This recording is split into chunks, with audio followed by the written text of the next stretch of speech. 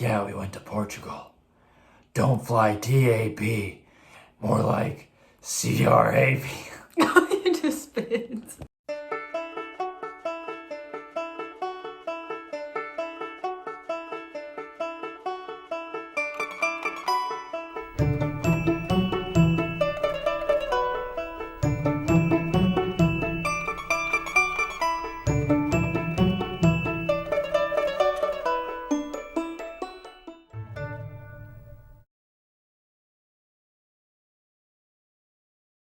Hi everyone, welcome to the Blah Blah Bean. So this is part 2 of our very long Portugal excursion, and in this video, I almost said episode, in this week's video, we'll go over kind of our journey back and all of the travel troubles we had. So, enjoy!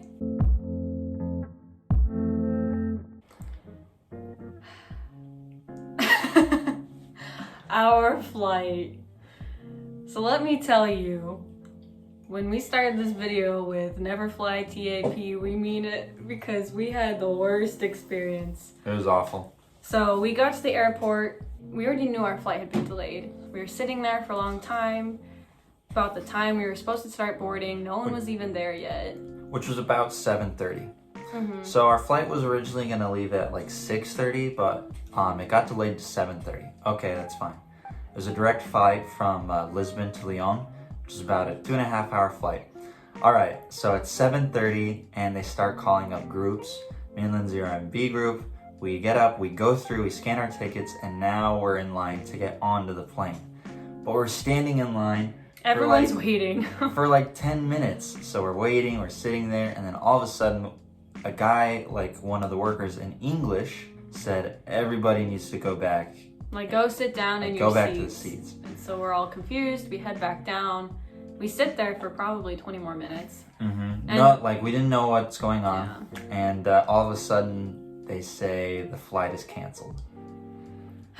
So obviously there's a whole bunch of people pretty upset and crowding the line to get refunds is what they said.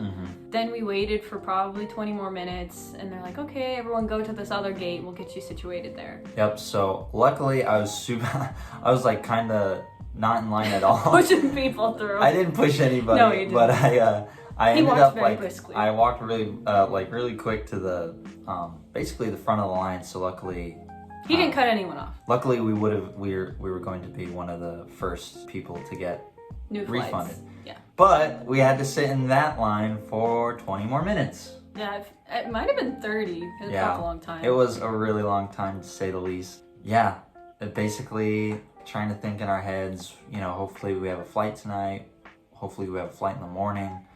Because the thing is, we had to get back to our Airbnb because we were moving Airbnbs the next day. So to this place, we had to get out of our old one and move out.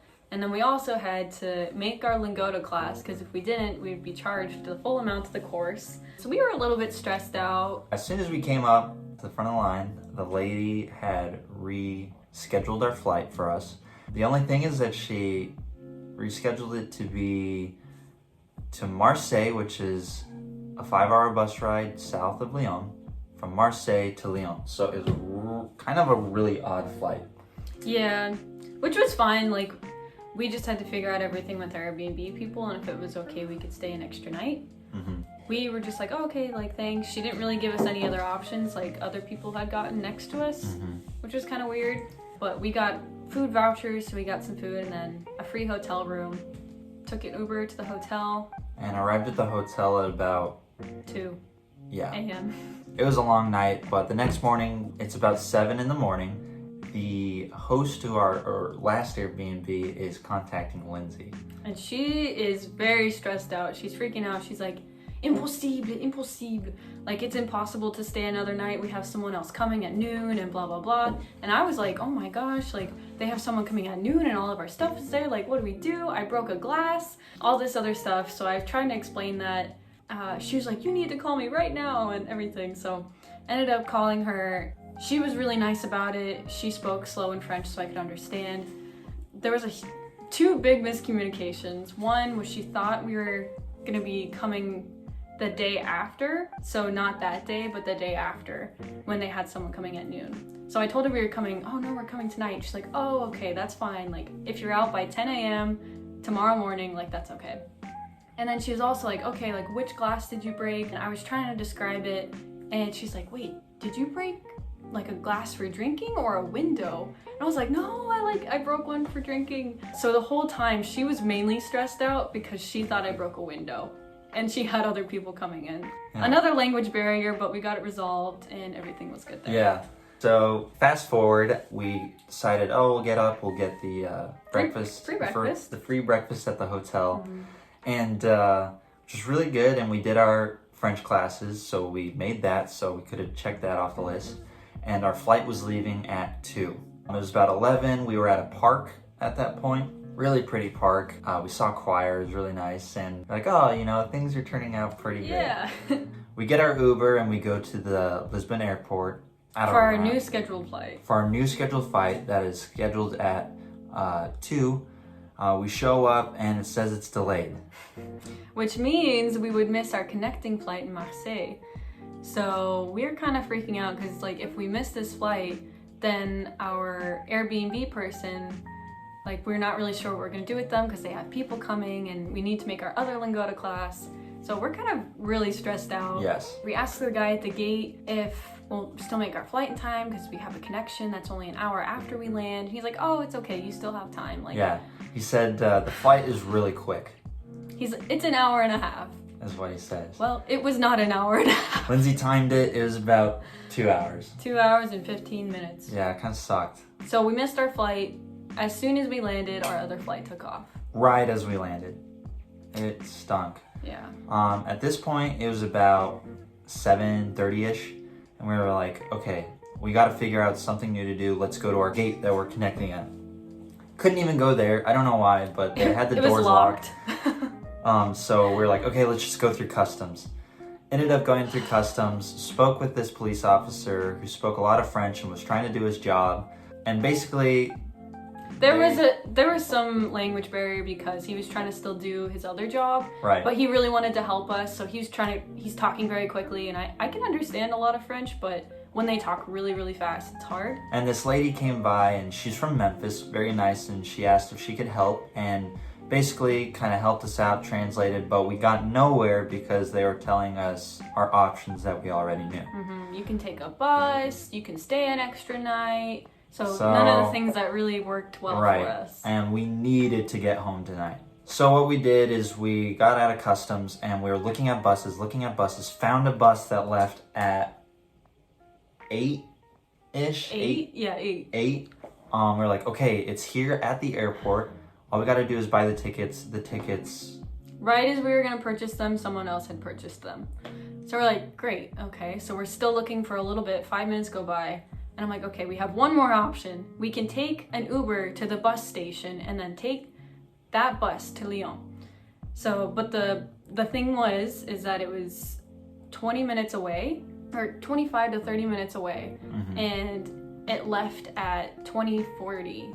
Right, and this is our final option. We have no other choice. We went to Air Portugal representative, talked to her, and she said that they had a flight in the morning that goes to Paris, then to Lyon. It was but anyways, so we were like, okay, we're not flying. We have to go home tonight. This is our final option.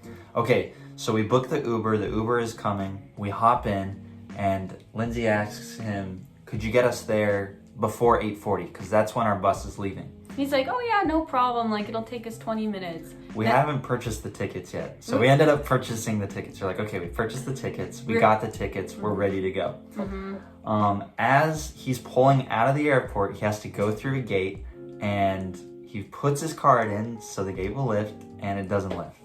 So we're just sitting there for like 5 minutes, and he's trying to like talk to these guys, and from what I understand is like Uber can only go through there like twice a day or something, so he had to pay the money, so it took like 5 minutes. And at this point it's like 8:15, 8:20. It's crunch time. He ends up paying with his own money to get out, which we thought was really nice. Mm-hmm. And he gets on the highway and he hauls. He's going so fast. not like crazy fast, but he's speeding and he's driving, and we're like, I look at the clock and I'm like, okay, I think we'll get there at 8:36 or 8:38, like just in time. Mm-hmm. And so we're cruising, and then all of a sudden he starts slowing down, and we're hearing this beeping, and he starts to pull over to the right side of the road, and he comes to a complete stop. With his hazards on. On the highway. And so I could see his little screen, and it said, arrête la voiture, which means stop the car, and it just kept flashing, stop the car, stop the car. And you could tell he's like really nervous because the car's not starting. He wants to get us there on time. And so he keeps turning on and off the car. And eventually he just like calls someone on the phone. He's like, I have the client in the car. He steps out of the car. And this is the most French thing I think I've ever seen. Yeah. Is he pulls out a cigarette, lights it, is like panic smoking. Only half of it smokes, throws it on the ground, gets back in the car, and starts to try to turn on the car again. He was stressed. Like, you could tell he was very nervous. It was funny because like at this moment in time, I was very shocked. I couldn't really believe this was happening. Like all these things had been happening to us. It was kind of a dream. Like it just kind of didn't felt real. Like yeah. I didn't know what to say. I wasn't like mad. I wasn't upset. I was just like, this is just how it is. Shocked. I guess. Just shocked.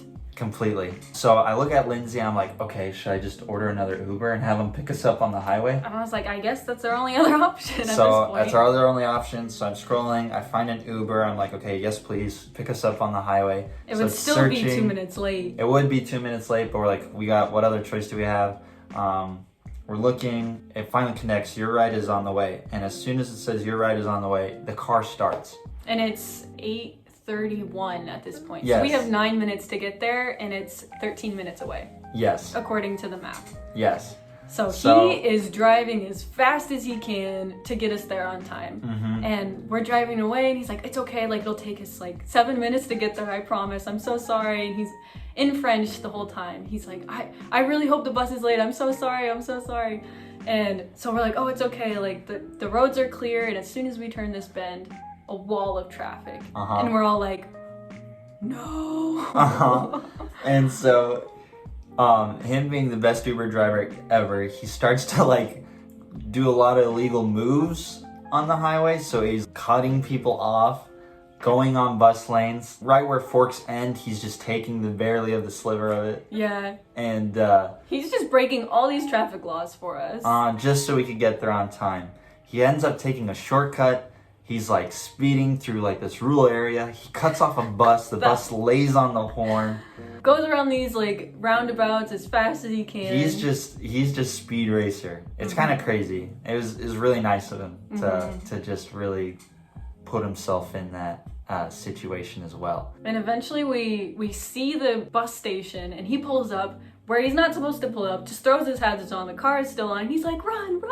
So we get out. It's very dramatic. I check to make sure we have everything out of the car, and we start booking it towards to where the buses arrive. And there's one bus that's pulling out. So obviously, since it's 8:41 at this point, we made it there just 1 minute late. Right. A bus is pulling out. We're running to it. We're just running. And so we're running like this way, and the bus is pulling out on the other side of the building. So the guy yells at us like, "No, this way." So he goes the to brakes, cut off the bus, and we run that way, and he runs up to the bus as it's pulling out, and he's like hitting on the door. He's like, "Lyon, to Lyon," and the dreaded finger.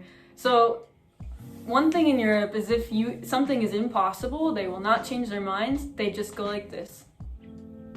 Like, no. Can't do it. And so once they give you that finger, it's like no arguments. So like the bus is leaving, and there goes the bus, and we really don't know what to do.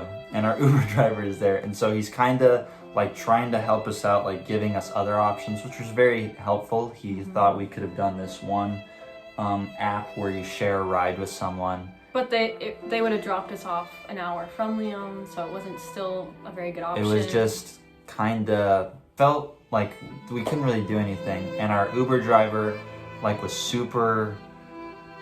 I don't know what the word is. Like you could just tell he was like with us on this. Like, he felt really bad. He was also sad with us. Like that moment. It was like that scene in Finding Nemo where the pelican drops Marlin back into the ocean with Dory after they couldn't save Nemo. And he's like, I'm sorry, I tried to do everything. And we're like, it's okay.